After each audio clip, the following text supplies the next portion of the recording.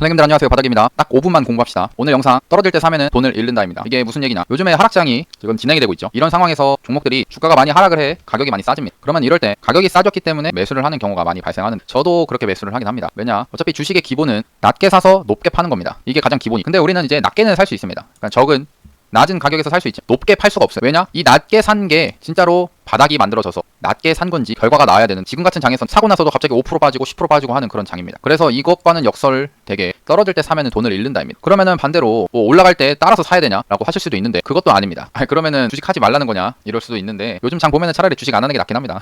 근데 장난이고, 지금 제가 하려고 하는 거 한번 알려드리겠습니다. 제가 매매를 하는 그거고요. 일단은 당일날 올라갔던 종목들 한번 좀 보겠습니다. 이 아주스틸이라는 종목이 금요일날 이렇게 상승을 크게 했습니다. 20%까지 상승을 했는데요. 그러고 나서 이렇게 좀 횡보를 하다가 장 후반에 이렇게 떨어졌습니다. 그러면은 눌림 매매, 그러니까 떨어질 때 사는 걸 좋아하시는 분들은 이런 구간에서 매수를 한다는 거예요. 제가 매수를 했습니다. 근데 얘가 이제 매수를 하는 이유는 이렇게 떨어졌을 때 반등이 나올 것이다라는 걸 기대를 하고 매수를 한 거죠. 그러니까 결국에는 주가가 낮아져서 낮은 가격대에서 우리가 사서 높이 올라가면은 그 높은 가격대에서 판다는 겁니다. 이렇게만 팔 수 있다면은 너무너무나 좋죠. 하지만 종목들 중에서 여기서 이제 이렇게 20%에서 한 10% 빠지면서 주가가 이 구간에서 반등이 나와줘야 되는데 반등이 안 나오고 이렇게 떨어져 버리는 경우가 발생합니다. 그런 종목들이 꽤나 나오는데요. 예를 들어서 대원지약 같이 아침 일찍 상승을 합니다. 여기서 상승을 하고, 근데 이게 장 중간에 계속 이렇게 하락을 합니다. 반등다운 반등이 안 나왔어요. 여기서 한 3, 4% 나온 거, 이거는 뭐 크게 반등이라고 볼 수 없죠. 그러고 다시 빠지고, 다시 여기서 올라가는가 싶더니 다시 빠지고, 이런 현상이 발생합니다. 그래서 이제 물타기를 하게 되는 거죠. 계속 떨어질 때 사가지고 비중이 많아지는 그런 상태가 되는 겁니다. 근데 여기서 이제 물 탔을 때 이제 반등이 나오면 상관이 없어요. 근데 반등이 안 나오는 경우가 발생한다는 겁니다. 진짜 나락으로 가는 종목들이 많아요, 주식시장에서는. 그래서 이렇게 떨어질 때 사면은 오히려 돈을 잃기 쉽다. 그러니까 손절을 하면 상관없지만, 근데 손절을 잘 못하실 걸 알고 있기 때문에 지금 하려는 건 뭐냐, 우리가 매매를 하면서 기준점이라는 거를 가지고 있다면은 그 기준선이라 하겠습니다. 그 기준선을 정할 수만 있다면 그 기준선을 가지고 매매를 해볼 수가 있는데요. 저는 주로 이제 기준선을 하면은 제 기준에서는 두 가지 기준이 있는데요. 일단 첫 번째로 분봉상의 지지와 저항입니다. 그리고 두 번째로는 거래량 터진 봉의 시가나 종가를 저는 우선시 하는데요. 제가 이 대원제약을 30분봉으로 틀어가지고 봤는데, 뭘 보냐면은, 제가 선을 하나만 긋겠습니다. 여기다가 선을 그었는데 혹시 왜 그었는지 보이시나요? 그리고 여기다가도 그어 놓겠습니다. 왜 그었냐? 거래량이 가장 많이 터진 봉의 종가, 그 다음에 그 다음 봉에도 이렇게 종가 구간이 밑에 있지만 그래도 이 구간에서 의미 있는 일들이 벌어집니다. 어떤 것들이 있는지 하나씩 보겠습니다. 빨리 볼게요. 일단은 여기를 기준으로 28,000원인데요. 28,000원을 기준으로 여기 윗꼬리 달리고 내려왔죠. 이건 뭐냐? 결국에는 저항대에 막혀서 내려온 거다. 일단 저항대입니다. 그러고 나서 한번 여기 상승했다가 여기 돌파를 해줬네요. 30분봉 돌파를 해가지고. 그럼 여기는 이제 뭔가 저항을 돌파해서 지지를 받을 것 같은데 지지를 하지 못하고 깨졌습니다. 그러고 나서도 뭐 다시 상승해가지고 여기를 지지를 해줄 것 같지만 결국 지지를 못했고, 그러니까 여기가 이제 지지선이 안 됐는데, 근데 반대로 이제 하락을 했을 때 이 짧은 구간에서 저항으로 작용을 한 겁니다. 그러면은 이 구간, 그러니까 이게 어떻게 보면 지지와 저항이 만들어지는 그런 구간이고, 이 거래량 많이 터진 봉의 종가까지 해서 기준이 딱 만들어지는 겁니다. 그럼 이런 기준이 만들어졌으면 뭘 해야 되냐? 그러니까 이제 매수를 어떻게 하면 좋은지에 대해서 얘기를 하는 겁니다. 일단 주가가 이렇게 대원제약이 상승을 했죠. 이런 기준선보다 주가가 이 기준선을 돌파를 하면서 상승을 한 겁니다. 그러면은 이렇게 기준선 떨어지는 거는 그냥 둡니다. 그냥 두세요. 이렇게 놔두시고, 밑으로 떨어지든 말든 여기서 밑으로 떨어질 때 잡지 말라는 겁니다. 그러면 언제 잡냐? 언제 매수를 해야 되냐면은, 주가가 떨어진 다음에 다시 상승해서 이렇게 올라오는 순간이 존재할 겁니다. 예, 올라와요. 올라오면은 그러면은 이 구간을 돌파를 해서, 이 돌파했을 때 이 기준선과 주가가 간격이 이격이 한 3, 4% 내에서 이렇게 갑자기 양봉이 세워지는 그 순간이 있을 텐데, 그럼 그때 여기 이 순간에서 여기를 떨어지는 지지 개념으로 여기서 한번 사보는 겁니다. 그러니까 뭐냐? 다시 얘기하면은 이렇게 떨어질 때는 놔두고, 이 떨어지고 난 뒤에 다시 올라올 때 매수를 하는 겁니다. 왜 이러냐?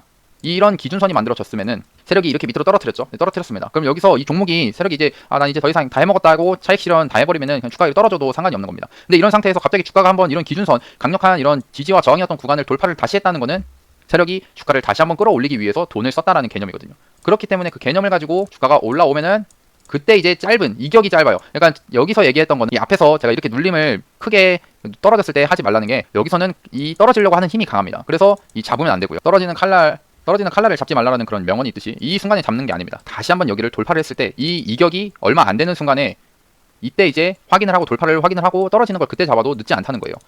그럼 다른 거 하나 보면은, 제가 카카오뱅크를 이제 금요일날 매매를 했던 그 기준과 좀 맞습니다. 잠깐 3분봉을 보고 가면은 제가 매수를 이제 금요일날 이런 떨어지는 구간에서 매수를 했는데요. 아까 너는 이렇게 떨어질 때 사지 말라 했는데 왜 샀냐? 그러니까 이거는 이제 30분봉으로 다시 얘기하겠습니다. 제가 여기서 샀다는 겁니다. 이 구간에서. 그럼 왜 했냐? 그냥 이 앞에서부터 이런 흔적들을 보면서, 아니 앞에서부터 주가의 흔적들을 보면서 매수를 해도 되는데, 여기서 의미 있는 그 거래량이 터진 봉을 좀 찾아보면은 이때 앞에 이렇게 밑에 터진 구간들이 있죠. 여기 이런 양봉에 거래량이 터졌습니다. 그 다음에 거래량이 가장 많이 터진 게 이때입니다. 8월 18일 날 이 양봉 30분봉 양봉이 거래량이 많이 터졌다는 거예요. 그러면 이 거래량 많이 터진 봉의 종가를 한번 우리가 보자는 거죠. 종가 여기입니다. 그러면은 이 어떤 현상이 나오냐? 제가 얘기했던 거죠. 이 구간을 이제 기준선이 만들어졌으면 여기가 깨지기를 기다리라. 그냥 기다립니다. 그냥 이렇게 깨졌죠. 근데 그러고 나서 이제 상승을 한번 하는데 이게 보면은 윗꼬리가 달리죠. 이렇게 윗꼬리가 달립니다. 이 윗꼬리가 달렸다는 건 뭐냐? 저항을 맞았다는 거죠. 저항을 맞으니까 이게 떨어진 겁니다. 떨어졌죠. 똑같습니다. 여기도 떨어졌죠. 근데 그러다가 이제 종가 구간에 이렇게 돌파를 해주는 순간이 온다는 거예요.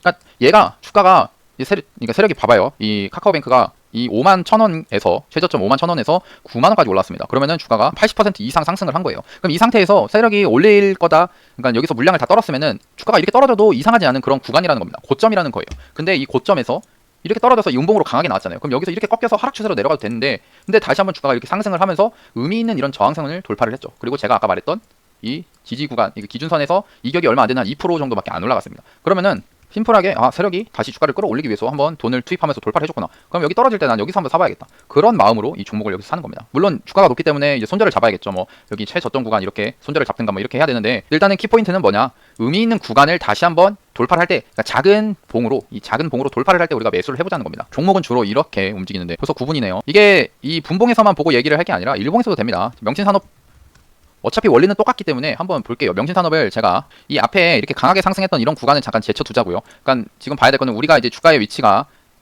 범위를 먼저 확인을 합니다. 이 주가의 범위가 여기죠. 그럼 여기서부터 이 안에서 거래량이 많이 터진 봉을 찾으면 돼요. 일단 이 앞에 여기 거래량 많이 터진 이 봉은 위에 주가 라인이 위에 있기 때문에 여기는 좀 보지 않는다는 거죠. 여기 말고 이 박스권 내에서 우리 거래량 많이 터진 걸 한번 보자고요. 거래량 많이 터진 거 최근에 8월달에 이 터진 봉 말고 그 전에 거래량 많이 터진 게 어떤 거였냐? 누가 봐도 이거죠. 이겁니다. 이게 거래량이 많이 터졌어요. 다른 날에 비해서 거래량이 많이 터진 겁니다. 그럼 여기서 아까 얘기했듯이 똑같습니다. 이거 얘기하려다가 갑자기 잘못 말했네요. 이거 아니었는데. 일단은 그 얘기하는 게 뭐였냐면은 이 종가 이렇게 종가를 그어놓고 이렇게 길게 봐요. 그러다가 여기서 저항을 한번 맞고 떨어졌죠. 떨어졌습니다. 그 다음에 다시 이렇게 올라오는 순간, 이거를 얘기하려고 했는데 그 아까랑 이거랑 좀 달라요. 아까는 올랐다가 떨어져서 다시 올라오는 순간을 얘기한 건데 이거는 그냥 돌파 순간을 얘기한 거네요. 근데 여기서도 얘가 이 기준선과 별로 이격이 얼마 없잖아요. 일봉에서는 한 7% 정도, 이 정도는 뭐 사실 이격이 그렇게 크지 않다라고 봅니다. 그런 다음에 이렇게 살짝 올라왔을 때 이런 지지를 받는 구간에서 우리가 매수를 한다는 거죠. 매수해서 한번 여기서 상승하는 거 기다려 보는 거예요. 이걸 얘기하려다 했는데 기준이랑 조금 다르긴 하네요. 그래서 제가 이제 기다리고 있는 종목을 하나 얘기를 하면은 이 신풍제약 같은 거 앞에 이렇게 박스권을 만들어 놓고 이런 박스권이 만들어지고, 그 다음에 거래량이 중간중간 이렇게 많이 터지는 순간들 있죠. 이런 순간들, 이런 앞에 흔적이 있는 것들을 참 좋아합니다. 흔적이 있는 거를 좋아하는데, 이때도 거래량이 많이 터진 봉들을 하나씩 보면은 이때가 거래량이 가장 많이 터졌어요. 이 고가에서 이 봉 있죠. 이 봉입니다. 이 봉인데, 근데 여기는 지금 벌써 주가가 아직 높잖아요. 지금 66,000원인데 여기 74,000원까지 보기에는 아직 높다는 겁니다. 올라갈지 말지도 모른다는 거니까요. 그 다음에 거래량도 많이 터진 구간, 여기 72,200원. 그 다음에 많이 터진 구간, 그러니까 여기죠. 이 봉 3개 중에서. 그럼 여기 76,600원이에요. 76,600원. 여기 76,600원. 그럼 여기 76,600원 무슨 일이 벌어졌죠? 이때 제가 얘기했듯이 여기 돌파를 하고 나서 이 기준선을, 그 다음에 하락합니다. 이거 하락을 하는 거 그냥 두세요. 그냥 둡니다. 근데 여기서 이제 기준선이 뭔가 좀 힘이 있다. 그러니까 기준선이 뭔가 진짜 의미가 있구나라는 걸 알 수 있는 게 이 선 위에서 보면은 윗꼬리가 달리고 내려왔죠. 그럼 윗꼬리가 달리고 이렇게 내려온 겁니다. 그럼 결국에는 여기가 저항을 받았다는 거죠. 그럼 저항을 받았습니다. 또 여기도 저항을 받았네요. 또 저항을 받았습니다. 누가 봐도 이게 3번 정도 계속 여기가 저항이니까 여기가 이제 뚫리면은 주가가 추가적으로 상승이 나올 수 있겠구나 라고 생각하면서 이 종목을 넣어 놓은 다음에 주가가 이제 올라옵니다. 이렇게 올라와요. 그때 한 76,600원을 돌파를 하는 순간이 온다는 거예요. 그때 이 76,600원 돌파해서 이격이 이 기준선과 얼마 차이가 안 나면은 여기서 눌림 매매하면 됩니다. 뭐든지 이제 종목들이 상승할 때 이런 과정을 거치는데, 이런 FNF 홀딩스처럼 뭐 계속 가는 것들은 어쩔 수 없고, 제가 HLB 제약을 좀 종가에 매수를 했습니다. 종가가 이 구간에서 매수를 했는데요.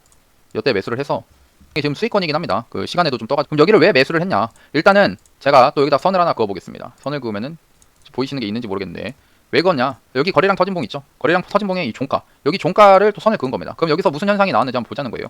일단 주가가 이렇게 떨어지는 거 그냥 기다립니다. 이렇게 기다렸다가 여기서 이런 저항대가 만들어지죠. 이게 윗꼬리가 달리고 내려왔다는 겁니다. 그럼 여기서 한번 저항을 받았어요. 저항을 받았으면 이렇게 떨어져도 이상하지 않을 종목입니다. 주가가 얘도 많이 올라왔잖아요. 많이 올라온 상태라는 겁니다. 근데도 이게 떨어졌다가 다시 한번 여기 올라오면서 돌파를 해주는 순간이 나오네요. 돌파를 해주는 순간이 나왔다는 거죠.